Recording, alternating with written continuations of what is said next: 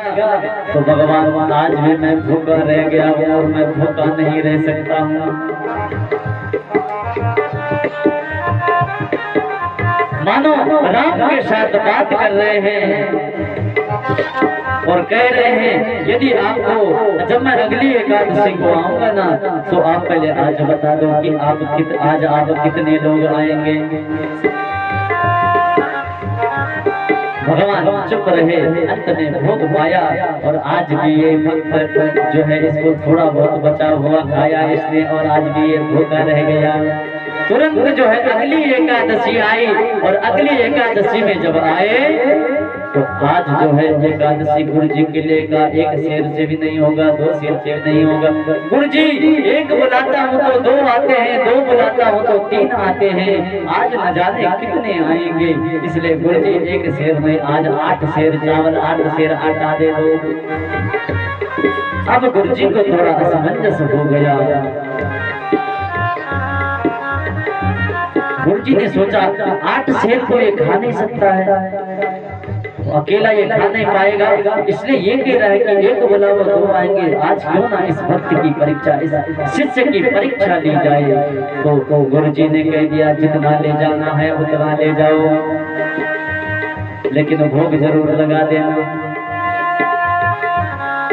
लेकिन ये भक्त भी चतुर है, और कैसा चतुर है, आज जो है तुरंत गया और आज जैसे तुरंत गया तो अब आज भोजन नहीं बनाया, आज भोजन नहीं बनाया। और भोजन जब बनाया नहीं, सामग्री रख दी और जैसे सामग्री रख दी तो ऐसे ही भगवान को बुलाने लगे। राजा राम आएंगे, मेरे राम आएंगे, मेरे भोजन का भोग लगाएंगे। राजा राम आएंगे, मेरे राम आएंगे, मेरे भोजन का भोग लगाएंगे। राजा राम आएंगे, मेरे श्याम आएंगे, मेरा भोजन का भोग लगाएंगे। इतने में भक्तजनों जैसे ही इस भक्त ने भगवान को बुलाया और आज भगवान जो है भरत लक्ष्मण शत्रुघ्न अपने पूरे परिवार के साथ जैसे ही आए, इस भक्त ने देखा वाह मेरे प्रभु, एक बोलता हूँ 2 आते हैं, 2 बोलता हूँ 3 आते हैं, आज तो आपने सेठी कुटुंबदारी की है। अरे गोविंद प्रभु आज सारे परिवार के सदस्य ला दिए हैं और फिर आज मुखड़ा नहीं मुरझाया, आज मुखड़ा में प्रसन्नता है क्योंकि भोजन नहीं बनाया है। भगवान राम ने कहा भक्त भोजन बन गया होगा। ये भक्त राम को कहता है प्रभु तुम जब चतुर हो तो तुमसे चतुर मैं हूँ, आज मैंने तुम्हारे लिए भोजन ही नहीं बनाया है। और तो दूर की बात है, राम भरत लक्ष्मण शत्रुघ्न आज जब सारे आए हुए हैं ये तो दूर की बात है, लेकिन एक चीज मेरी समझ में नहीं आई प्रभु, ये जो बानर तुम्हारे साथ आया है तो बानर तो सारा भोजन अकेला कर जाएगा। अरे मनुष्य आता तो कोई बात नहीं, आप तो अब जानवरों को लेकर भी चलने लगे। और इतने में भगवान राम हंसने लगे, हंसते हुए सीता मैया हंस रही है। लेकिन आज कहा भोजन मैं नहीं बनाऊंगा, जाओ अगर तुम्हें भोग लगाना है, अगर तुम्हें भोजन करना है तो स्वयं भोजन बनाओ, स्वयं भोजन खाओ। और आज जो है ये भक्त सामने बैठा हुआ है, सीता मैया भोजन बना रही है, भरत जी पानी ला रहे हैं, लक्ष्मण जी लकड़ी ला रहे हैं। और जब लक्ष्मण जी लकड़ी लाए हैं तो तुरंत जो है जैसे ही लक्ष्मण जी ने लकड़ी लाई और आज सब जो है जब भोजन बन गया, सीता माँ ने भोजन बनाया, लेकिन कहा प्रभु भोग भी लगाना है। तो फिर कहने लगे राजा राम आएंगे, मेरे श्याम आएंगे, मेरे भोजन का भोग लगाएंगे, मेरे भोजन का भोग लगाएंगे। सबने भोजन का भोग लगाया। इतने में गुरु जी खड़े थे। आज गुरु जी परीक्षा लेने के लिए आए हैं, लेकिन गुरु जी को भगवान नहीं दिख रहे हैं। और जब भगवान नहीं दिख रहे हैं तो आज भक्त ने कहा, प्रभु, गुरु जी ने कहा, कहाँ है तेरे भक्त? तू बोल रहा है एक नहीं, दो नहीं, तीन नहीं, चार नहीं, यहाँ तो 10 आते हैं, लेकिन यहाँ तो एक नहीं दिख रहा है मुझे। क्या इतना भोजन तो अकेला करता है? लेकिन शिष्य कह रहे, अरे गुरु जी आपको क्या हो गए? यहाँ तो सारी कुटुंबदारी खड़ी है, यहाँ तो इतने सारे लोग खड़े हैं, लेकिन आपको नहीं दिख रहा है। तुरंत राम जी के लिए कहा, प्रभु आप मेरे गुरु जी को क्यों नहीं दिख रहे हैं? अगर आप मेरे गुरु जी को नहीं दिखोगे तो उनको मुझ पे भरोसा नहीं होगा। इसलिए जो है भगवान राम ने उस भक्त के गुरु को भी दर्शन दिलाए और स्वयं जो है पुनः अपने दिव्य धाम को प्राप्त हुए। तो कहने का मतलब है कि इतना सरल बनो, इतना सहज बनो कि जो भगवान के दर्शन हो जाए। कितना इस भक्त को देखो, कितना सरल भक्त है, भगवान से बात करता है। प्रभु, भगवान को कभी कभार डांट भी देता है कि जाओ भोजन बना लो। तो इतना सरल बनना चाहिए। अंत में भक्तजनों, प्रहलाद जी की कथा है। प्रहलाद जी उसके बाद जो है अब सुख में जाना पड़ेगा, क्योंकि समय अपनी गति से चलता जा रहा है। प्रहलाद जी को बहुत कोशिश करी हिरण्यकश्यप ने मारने की, लेकिन प्रहलाद जी हर बार बचते रहे। और जब हर बार बचते रहे तो आज जो है जैसे ही बार बार प्रयास किया, तो प्रयासो न कर्तव्यो यत आयुर्व्यया परम न तथा विन्दते क्षेमा मुकुंद चूर्णाम्बुजा। तत् प्रयासो न कर्तव्यो, बहुत प्रयास कर दिया, बहुत प्रयास कर दिया, लेकिन अभी भी जो है प्रहलाद जी नहीं मरे। अब जब प्रहलाद जी नहीं मरे तो पुनः जो है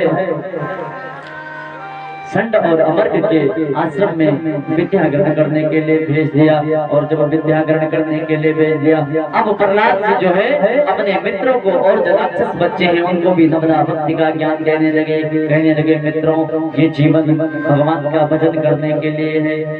लेकिन वो राक्षस बच्चे कहते हैं, अरे मित्र ये तो क्या सिखाता है, हमें हमारी समझ नहीं आता है। लेकिन प्रहलाद जी कहते हैं, मित्रों प्रयत्न करो, क्योंकि 100 साल की अवस्था है। और यदि हम सोचेंगे कि कल भजन करेंगे, परसों भजन करेंगे, तो मित्रों ये गलत बात है। अभी से भगवान का भजन करो, क्योंकि किसने जाना सांसों का क्या भरोसा, रुक जाए चलते चलते, जीवन के है जो ज्योति बुझ जाए जलते चलते। क्या भरोसा है मित्रों, इसलिए भगवान का भजन करो। और अंत में सबने भगवान का भजन करने लगे। और प्रहलाद जी कहते हैं, मित्रों सतम विहाय भोक्तव्यम सहस्रम स्नानमाचरेत्, लक्षम विहाय दातव्यम कोटि तिक्त्वा हरिं भजेत्। मित्रों 100 काम छोड़ करके भगवान का भजन करना चाहिए। सतम विहाय भोक्तव्यम, भोक्तव्यम माने भोजन करना चाहिए। 100 काम छोड़ करके भोजन करना चाहिए। सहस्रम स्नानमाचरेत्, 1000 काम छोड़ करके स्नान करना चाहिए। लक्षम विहाय दातव्यम, 1,00,000 काम छोड़ करके दान देना चाहिए। दातव्यम कोटि तिक्त्वम हरिं भजेत्, और 1 करोड़ काम छोड़ करके भगवान का भजन करना चाहिए। आज जब प्रहलाद जी ने अनेक प्रकार से समझाया तो मित्रों की समझ में आ गया।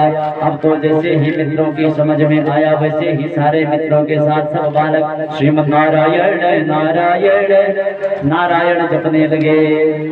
और जैसे ही नारायण नारायण जपने लगे तो अब जो है प्रहलाद बहुत दिन हो गए, अब प्रहलाद की विद्या, अब सारे राक्षस जितने भी बच्चे हैं भगवान का भजन कर रहे हैं, नारायण नारायण।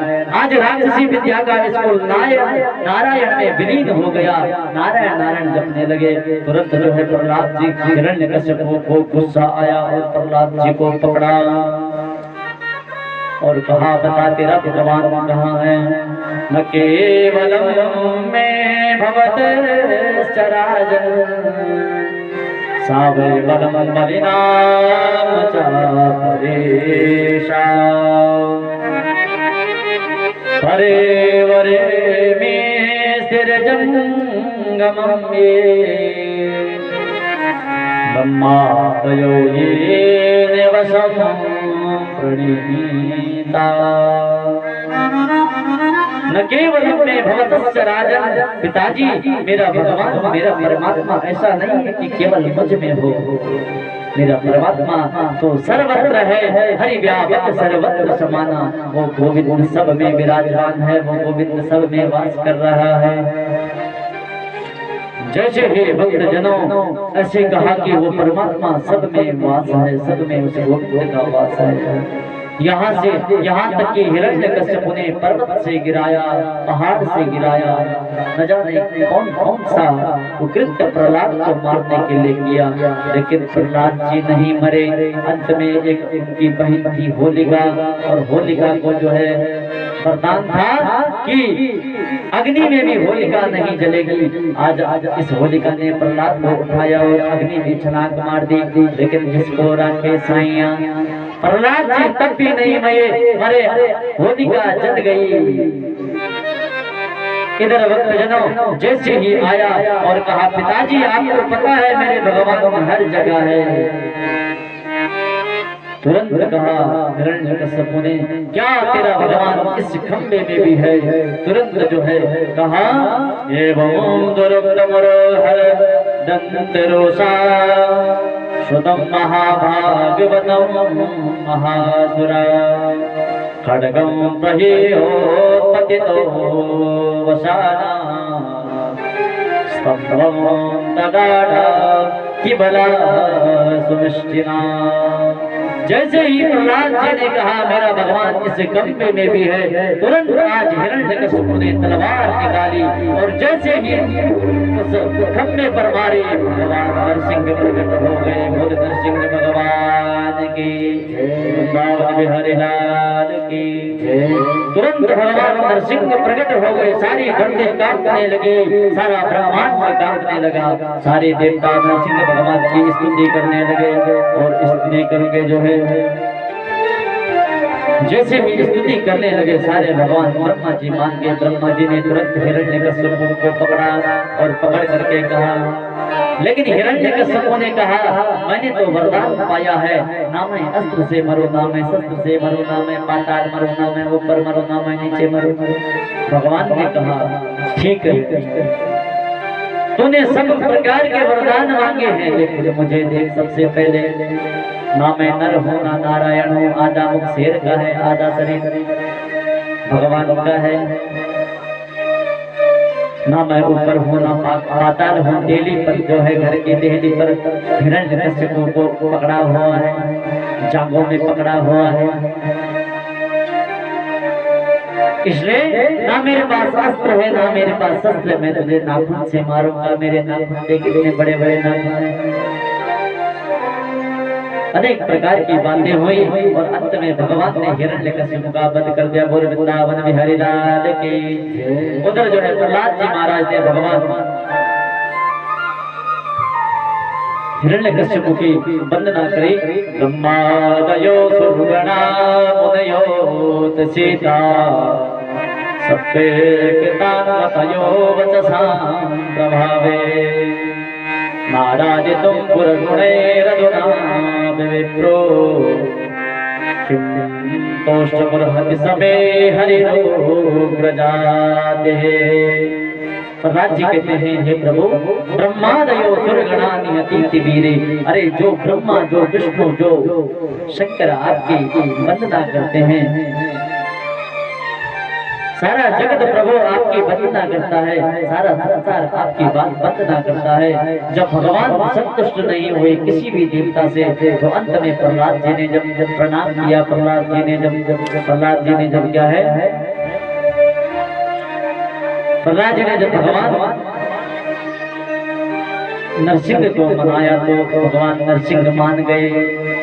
और कम से कम प्रहलाद जी ने 40 श्लोकों में भगवान की वंदना करी है। एक श्लोक में भगवान नरसिंह को प्रणाम करते हुए, हे प्रभु, आप ब्रह्मा विष्णु रुद्र जब आप उनकी बात नहीं और उनके पूजन से नहीं मान रहे हैं, तो क्या आप मेरी पूजा करने से, मेरे स्तुति करने से मान जाएंगे? तो भगवान को मान गए। और अंत में बंदेजनों प्रहलाद जी भी भगवान का भजन करते करते, भगवान का भजन करते करते भगवान के पद को प्राप्त हो गए। बोल वृंदावन बिहारी लाल की। उसके बाद भागवत जी में 4 वर्णों की कथा आती है।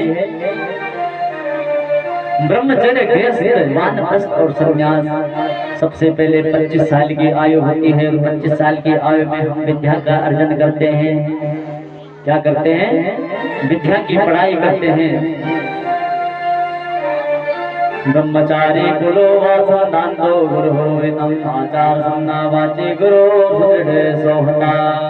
लेकिन विद्यार्थी कैसा होना चाहिए? काक चेष्टा भोजनम स्वान्निद्रा तदेवच अल्पहारी गृह त्यागी विद्यार्थी पंच लक्षणम। 5 लक्षण विद्यार्थी के होने चाहिए। आज बता नहीं पाऊंगा, लेकिन ऐसे विद्यार्थी मत बनो कि किसी ने बहुत सुंदर कविता लिखी थी कि विद्या अर्जन करने के लिए हम जब जाते हैं, 2 पन्नों की काफी लेकर कॉलेज पढ़ने जाते हैं। तो 25 साल की आयु होती है ना विद्या अर्जन करने के लिए। लेकिन बहुत सुंदर बात लिखी है, 2 पन्नों की काफी लेकर कॉलेज पढ़ने जाते हैं। रास्ते में मिल गया यार तो पिक्चर को मुड़ जाते हैं। क्योंकि उस समय पता नहीं होता ना जीवन का, तो रास्ते में यदि दोस्त मिल गए तो पिक्चर देखने के लिए निकल जाते हैं। दूसरी लाइन में क्या लिखा है? इंटरवल में लगी तलब तो चौराहे पर जाते हैं। जब दिन में इंटरवल होता है ना, तो तब क्या करते हैं? इंटरवल में लगी तलब तो चौराहे में जाते हैं और मुंह में बीड़ी पान चबाकर सिगरेट भी सुलगाते हैं। तो ये कौन से विद्यार्थी होते हैं? जो घर से तो पढ़ने के लिए निकलते हैं, लेकिन विद्यालय में, स्कूल में जाकर के अनाचार, पापाचार और बुरे व्यसनों को अपने जीवन में उतारते हैं। और जैसे ही रिजल्ट की बारी आती है, पढ़ा लिखा नहीं पर पास की आस लगाता है। 1 साल तक कुछ नहीं पढ़ा, लेकिन अब लास्ट में जैसे ही परीक्षा हुई, भगवान को पुकार रही, भगवान पास कर देना बस, और तो देख लेंगे जो भी होगी। और जैसे ही रिजल्ट आता है, वैसे ही क्या है, रिजल्ट आउट होने पर घर से भाग जाते हैं। और जैसे ही रिजल्ट सुनते हैं पास नहीं हुआ है, तो तुरंत घर से भाग जाता है। अब माँ बाप को भी नहीं बताता है, शर्म के मारे तुरंत घर से भाग जाता है। और लास्ट में क्या लिखा है? अरे तो माँ बाप सोचते हैं जो सभी में, चाहे पास हुआ चाहे फेल हुआ, पुत्र तो मेरा ही है, बेटा तो मेरा ही। तब क्या होता है? तब माता पिता पेपर में छपवाते हैं। क्या छपवाते हैं? जब मिलता नहीं है कहीं, घर आ जाओ, जहाँ कहीं भी घर आ जाओ, बेटा हम तुमको बुलाते हैं। तो ऐसा नहीं कि घर से पढ़ाई करने के लिए भेज दिया और तुम जो है अपने पापा का, अपने पिता का पैसा व्यर्थ में खर्च कर रहे हो। लेकिन आजकल के कुछ लोग कैसे हैं? पापा इतना दीजिए जी भर सूट बनाए, समय होता समय नहीं है, लेकिन क्या करे पापा इतना दीजिए जीवर सूट बनाए, बदल बदल कर कॉलेज में औरत को तड़पाए। पढ़ना नहीं है, नई सूट बदलनी है, नई कपड़े पहनने हैं, इसलिए सबसे पहला आश्रम है ब्रह्मचर्य आश्रम। और ब्रह्मचर्य आश्रम का मतलब होता है कि अपने ब्रह्मचर्य में रहना है और विद्या का अर्जन करना है। और अगर विद्या की बात करें तो विद्या सर्वधनम प्रदानम, विद्या एक ऐसी धन ऐसा धन है, नास्ति विद्या समम चक्षु नास्ति सत्यम समम तपा।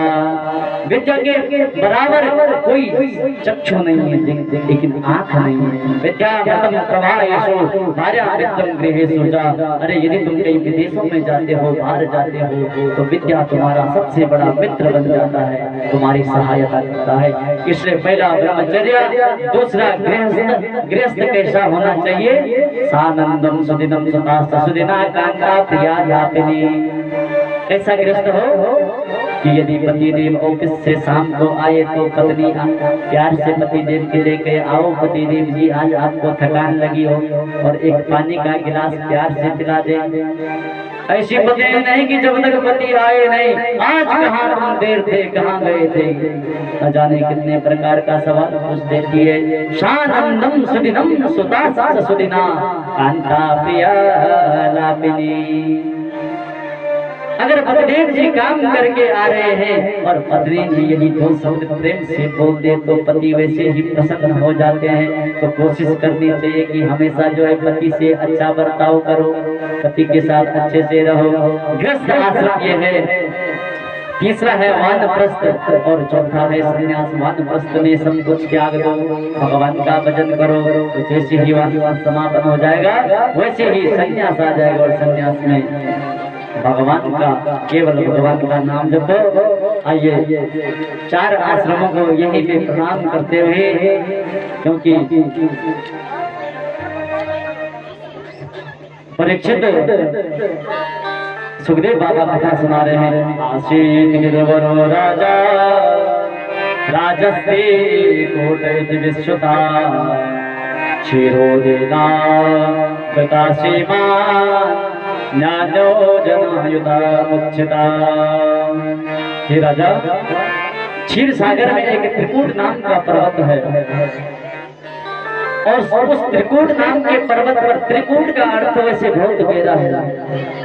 त्रिकूट यानी कि सत्य, रज और तम, आदि दैविक, आदि भौतिक और आध्यात्मिक। लेकिन इसमें जाएंगे तो समय लग जाएगा, इसलिए वो राजा उस त्रिकूट नाम के पर्वत में एक बहुत मदमस्त हाथी रहता है। और वो मदमस्त हाथी कैसा है, वो मदमस्त हाथी जब रहता है तो वो हाथी, उस हाथी को बहुत अभिमान है, उस हाथी को बहुत अभिमान है। और इतना उस हाथी में इतना बल है कि जंगल के जितने भी पशु पक्षी इत्यादि है, तो ये हाथी जब उनको देखता है तो उनको कुचल देता है, मार देता है। एक दिन की ये बात है, ये हाथी मदमस्त होकर के, आज इतनी दिन की धूप है, आषाढ़ की धूप है, और जैसे ही धूप में गर्मी होने लगी तो अपने परिवार के सहित एक सरोवर में गया। और एक जब सरोवर में गया तस्मिन् मृताम्बुजं निर्मलं हेमारविन्दोत्पल रेणुवासितम्।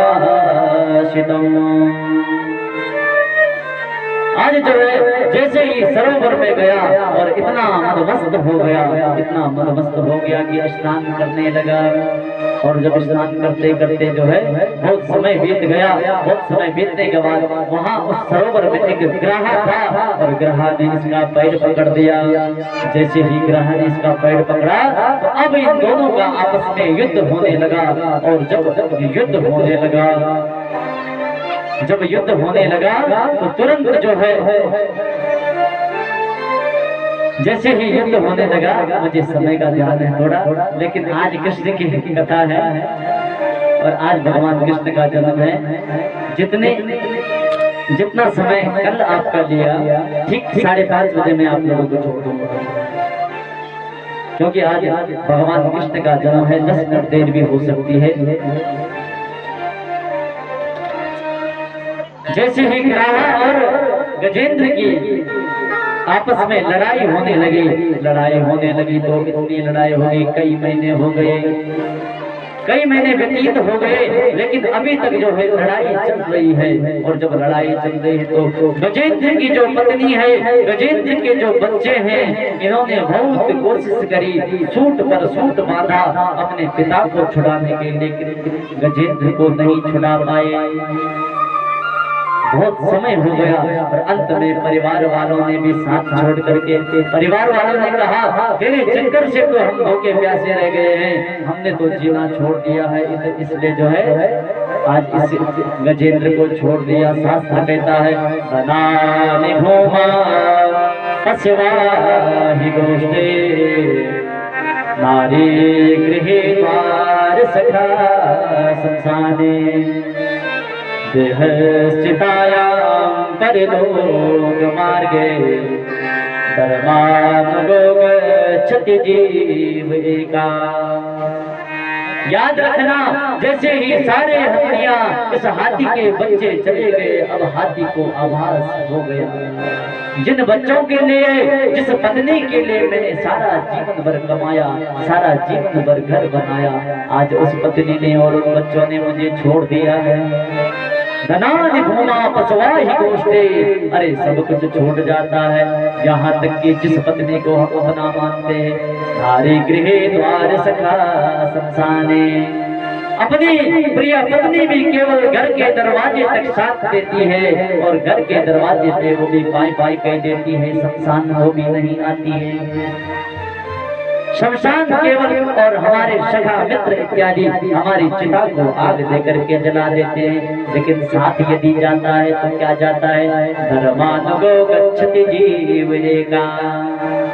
यदि किसी ने सत्कर्म किए हैं, यदि किसी ने अच्छे कर्म किए हैं, वही साथ जाता है। आज जो है गजेंद्र को याद आ गई, और गजेंद्र को याद आ गई तो आज कहने लगे देख लिया दुनिया का सारा नजारा, ना हम किसी के न कोई हमारा,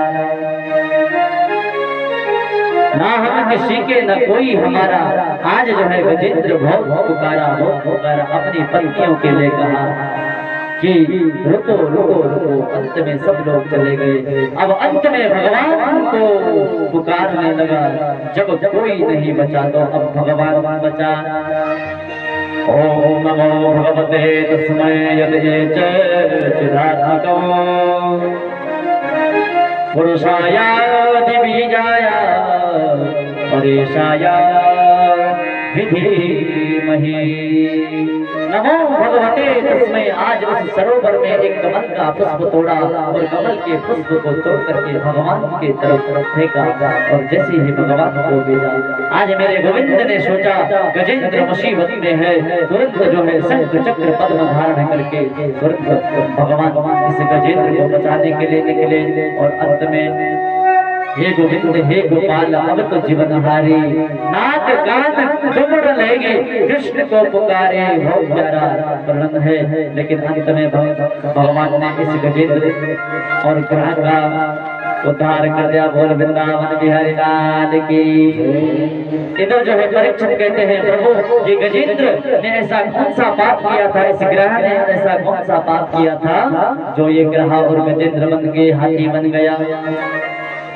सापूर्व राजा पांडवो द्रविड़ समा इंद्रद्युम्न इति ख्यातो विष्णु व्रत परायणा।